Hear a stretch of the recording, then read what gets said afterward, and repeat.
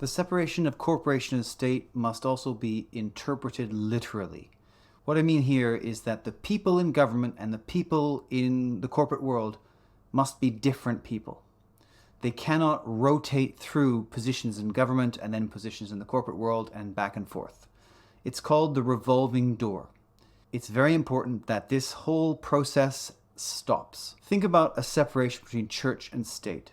We would frown upon officials who went into government and then took up high executive positions within a church, and then went back to government and enacted policies that favored the church, and then went back to the church, worked in the church, and back and forth, and while in government made policies that benefited the church at the expense of other religions or non-religious people. This would be a horrible situation, and we, thankfully, have stopped this, although it used to take place. The partnership between churches and government used to be quite strong, to the extent that the church would ordain the kings. The church and the crown were often the two pillars of society, of political power. And these days, that's not true anymore in our secular societies, thankfully.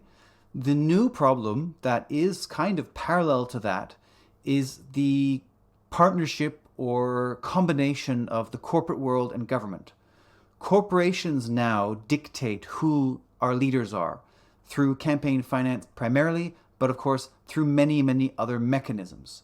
One of those is this revolving door situation, where government officials will go and work for a corporation, or the corporation will use the personal networks of that politician to help with lobbying. Corporations may hire ex-government employees that used to regulate the industry because now they have insider knowledge about how to skirt those regulations or how to get around them or how to advantage the private interests of the corporation. At worst, the revolving door works something like this.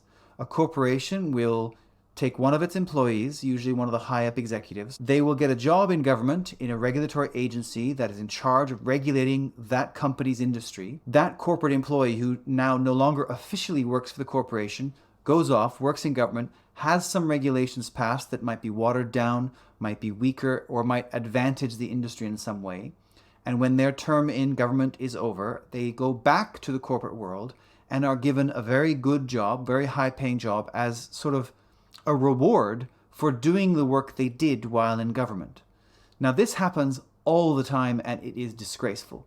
But you have to think about the individuals doing it. If you're able to do this and make lots of money from your salary and then go make a lot of money in the private world while owning shares, for example, in the corporations you're regulating, and then go back to that corporation and work for an even higher salary as a reward, who wouldn't do that? That's in each individual's personal interest. So it's understandable that this happens. But there needs to be constitutional level laws blocking it from happening, and serious wealth and income tested punishments or fines for doing it that need to escalate the same way that we talked about in the previous video about escalating fines for attempting to donate money to political parties, and that there was would be 3 strikes and then you're out and all your wealth and income's gone. We need that kind of punishment for the revolving door problem. The division between government and corporations needs to be absolute. In a previous video, we talked about advisory bodies, and so if a corporation wants to have its concerns voiced, it can use these advisory bodies to publicly let the government know about its grievances, about its challenges, about industry issues, and it's up to the government to choose to do that. We must not allow the same individuals to go back and forth between the corporate world and government, because it's a massive conflict of interest. Corporations hire ex-government employees because of their social networks and the relationships that they can leverage for lobbying those people that are still in government. It is incredibly important that the people in government are not able to find employment in the industry that they regulated while they were in government. This must absolutely not be permitted. There must be constitutional level blockages to such a conflict of interest occurring. The protections preventing a revolving door between corporations and state need to be embedded in the Constitution. We do not want a situation where a corporate-friendly political party wins and dismantles the protections. They need to be enacted in the Constitution in such a way that they are very hard to change.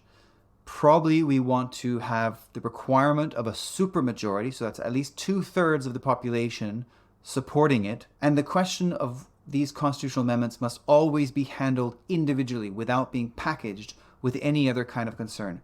The reason that is so important is that if there are, and when there are, crises, we cannot allow constitutional amendments to be pushed through when they're packaged with other things that help alleviate the crisis. This is a way of pushing through legislation that's unpopular by combining it with legislation that is sort of necessary because there's a crisis.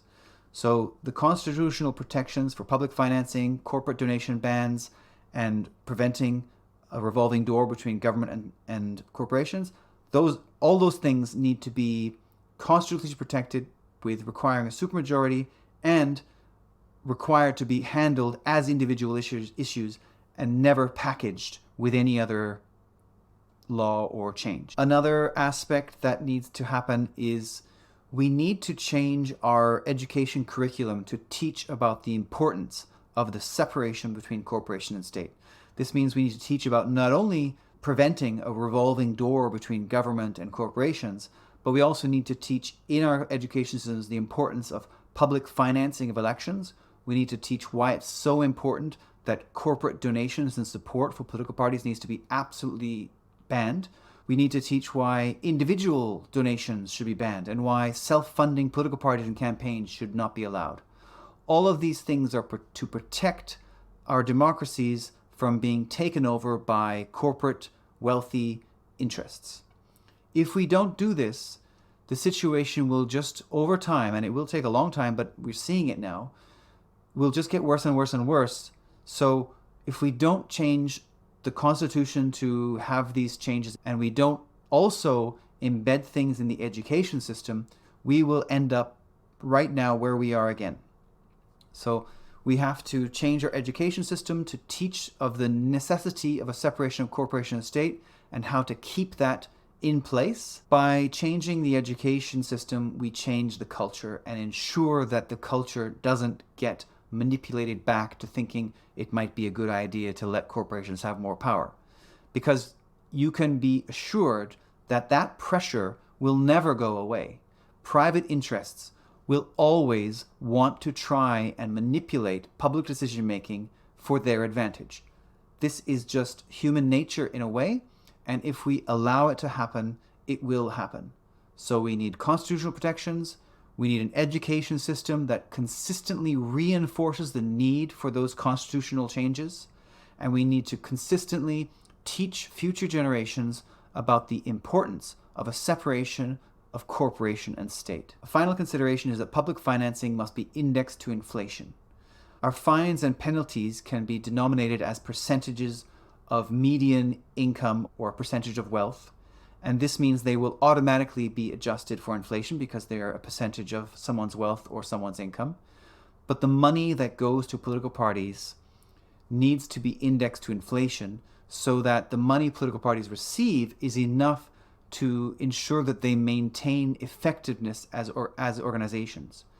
If we don't index to inflation, the money that political parties get will gradually become insufficient for maintaining, and then there will be enormous pressure either to get rid of the laws that ban donations, or our political parties will become ineffective, and this will mean our political system will be weakened, and this will leave it vulnerable.